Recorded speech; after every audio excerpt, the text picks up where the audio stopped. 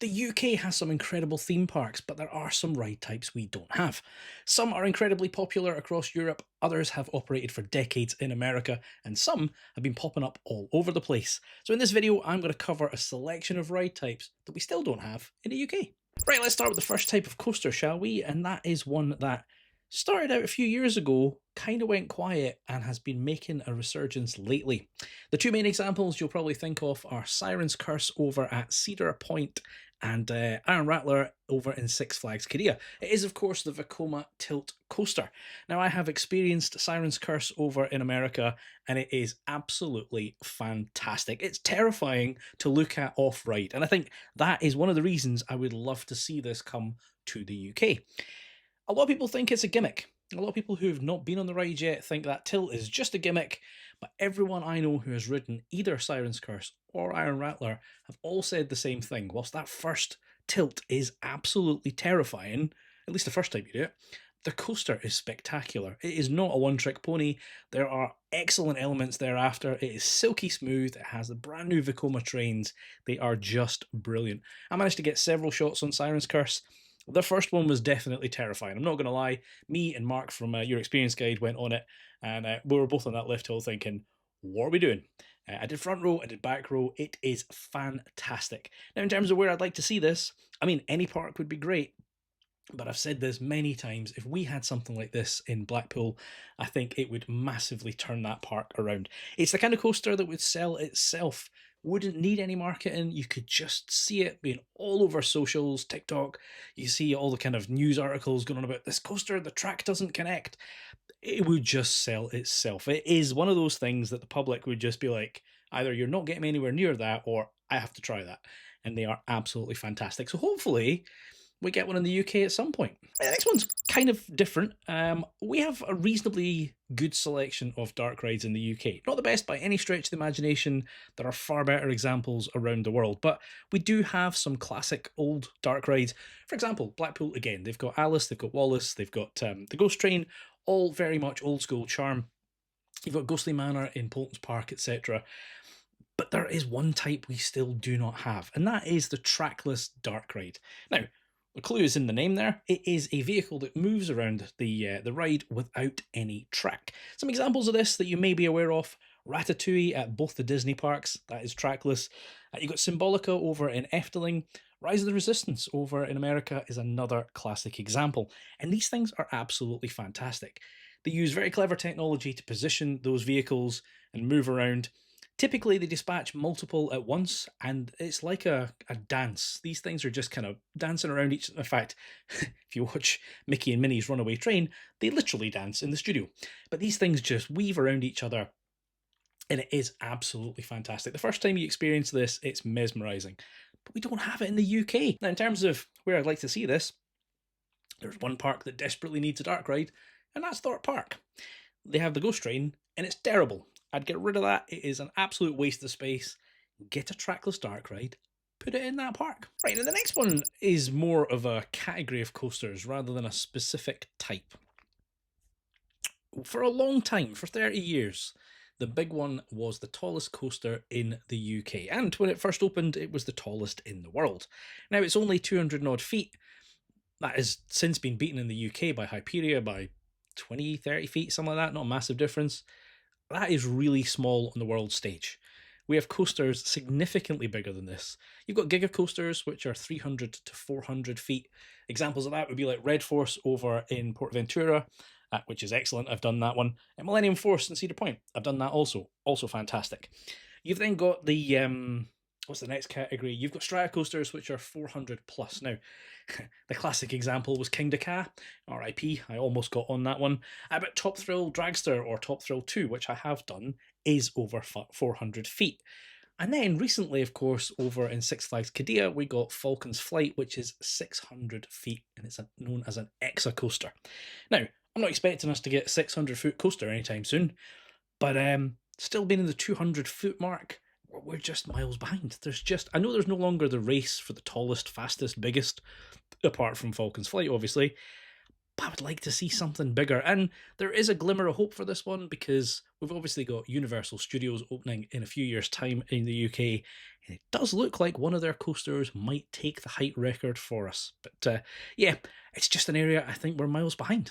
And this one might divide opinions because it's a type of coaster or the vehicles are spinning. And for a lot of people, that's a no-go. My partner, for example, Carly, she's not a huge fan of spinning rides. But the ride in question is the Mack Extreme Spinning Coaster. Now, as far as I'm aware, there's only 2 examples of this right now. You've got the original one, Time Traveller, over in Silver Dollar City, I believe it is. And then the one that many of you will be aware of is the Ride to Happiness in Plopsaland, Japan.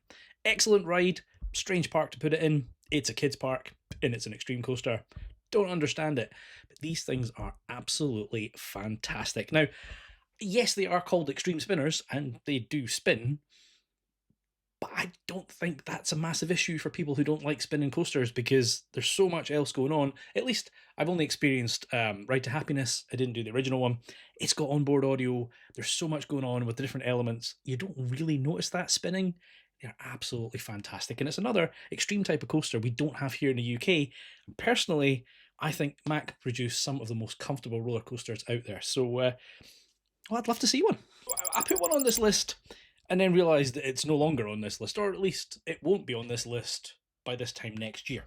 And the ride type in question is a water coaster, which, well, we don't currently have one, but you may be aware one is actively being constructed down in Polton's Park. The clue is in the name. It is a coaster that involves a water element, splashdown, etc.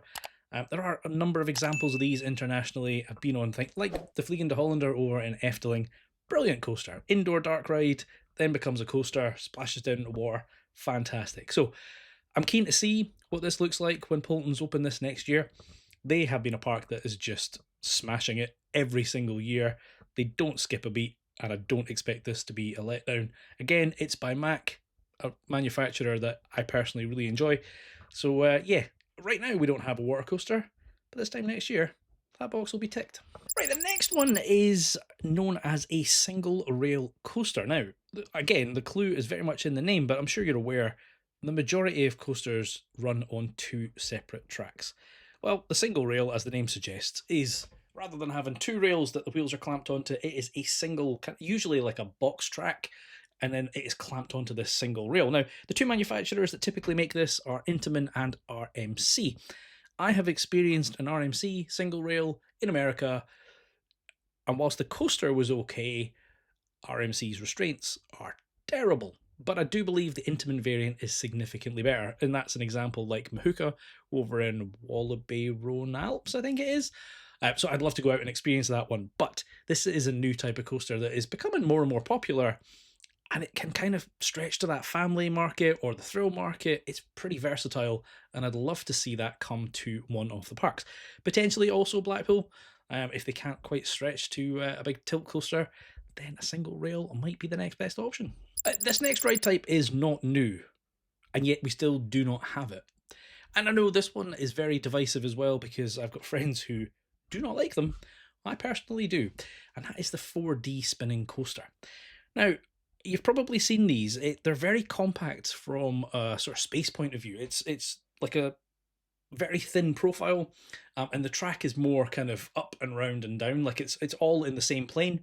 And then you've got the vehicle with cars on, or seats on each side, I should say, that actively rotate as it goes around this track and can flip, etc. I've done a few examples of this one. The best one I've done is, I think it's called the Joker over in Six Flags Great Adventure. First time I'd ever done one, was a little bit nervous off it, absolutely loved it, giggled the whole way around, did it a couple of times. Did a smaller version, was slightly less impressive, but again, that compact footprint means it could go in almost any space in a park. Like, for example, not that I'd want to see the Revolution removed from Blackpool Pleasure Beach, but it's small enough that it would take that space. So they're quite compact coasters, and yet we still don't have one. The last one that we don't have, and I sit on the fence about whether that's a good thing or a bad thing, is RMC. Now, if you don't know, that stands for Rocky Mountain Construction, an American company who manufactures coasters. And they are known for a couple of things. One of them is that they take old wooden coasters and they modernise them with steel track. So they become hybrid coasters. An example, you've probably all heard of Iron Gwazi. Well, that used to be known as Gwazi, and it was a simple wooden coaster before RMC came along and made it a little bit more thrilling. They do also do like brand new coasters from the ground up. So there's a lot of people, you'll hear people say about the wooden coasters in the UK, again, particularly Blackpool, RMC it, RMC it. I don't know if that's a good thing or a bad thing.